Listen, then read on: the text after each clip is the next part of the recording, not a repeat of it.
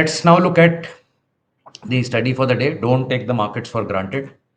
Indian markets, this is a 3 monthly chart of the Indian markets of the last 25 years.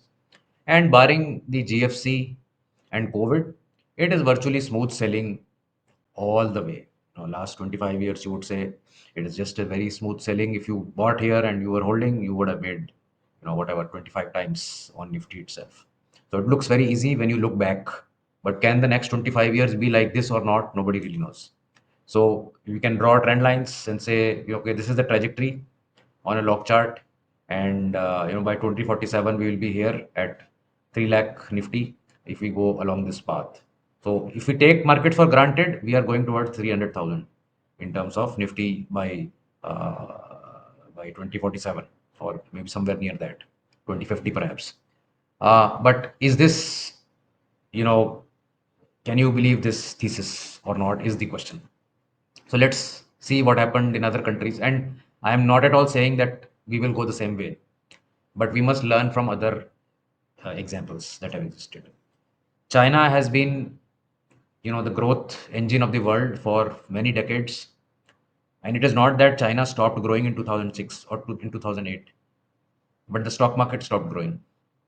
So China continues to grow in GDP and its numbers, but stock market doesn't go up. Stock market has been stagnant for 17 years now. What do you do? Japan is another case where the next few decades were discounted in the decade of 1965 to 1985, in the 2 decades here till 1990. And if you see the absolute numbers, I don't know how many of you would have bothered to see this, but the index went up 40 times in less than 24 years, from 1,000 till 40,000 nearly, uh, and then didn't do anything for the next 35 years. That is also has been a case.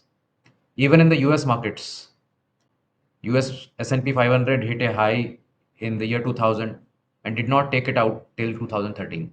There was no gain for 13 years. Rather, there were two very deep crisis years in S&P 500. So US markets overall, while we may feel that fantastic returns have been there in US market, but they have gone through their own troubles for almost 13 years. UK peaked in 2000, and only after 2022 was some trend that was visible on the higher side. I mean, we are 20% above 2000 virtually. Virtually no gain for 22 years in UK. So India so far has not seen any prolonged phase of correction.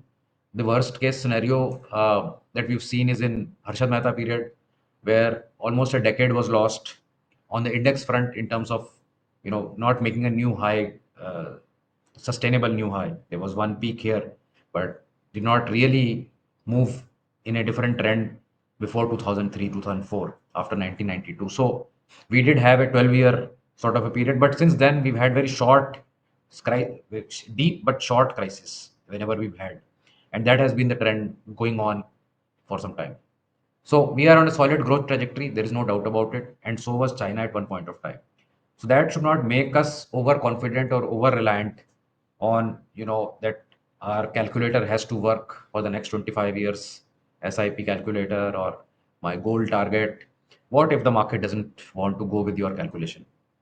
So you always must have to be prepared. You have to always need a plan B. You always need to have hedge. Always need to have uh, you know diversification, so that if one thing is not working, let the other thing work. So let's now introduce gold to these difficult phases and see how people in those countries would have fared had they also invested in gold. So if Japanese folks for the last 35 years have not seen any gains in equity, they have seen 700% gain in gold in the same time period. So any portfolio which was equity plus gold would have not done so badly, because the gold component would have taken off like a rocket here. China also same case. The 17 years that China market has not performed, and in fact is minus 40%. In gold, Chinese investors have made 300% in the same time frame. So even a 20, 30, 40% allocation to gold would have made sure they didn't lose any money. US case, US did not do anything for 13 years. In that time frame, gold went up almost 500% for the US. So when equity is not performing, gold is your friend. It's proven in every market, in every jurisdiction. UK did not do anything for 22 years. The equity markets, gold was up 500%. So it is very evident that if you have this plan B, if you have this hedge in your portfolio, if that situation were to arise that Indian markets don't perform for long periods of time, your portfolio will not be, held back wanting for returns. That is very, very key. So, don't be tempted to go full steam into equities, with reinforcing yourself with positive narratives all the time that everything is hunky dory. Even if everything is hunky dory, as in the case of China, for instance, growth has never left China. They are a surplus country. They are a growing country, but the stock market stopped for whatever reasons. Let's not go there.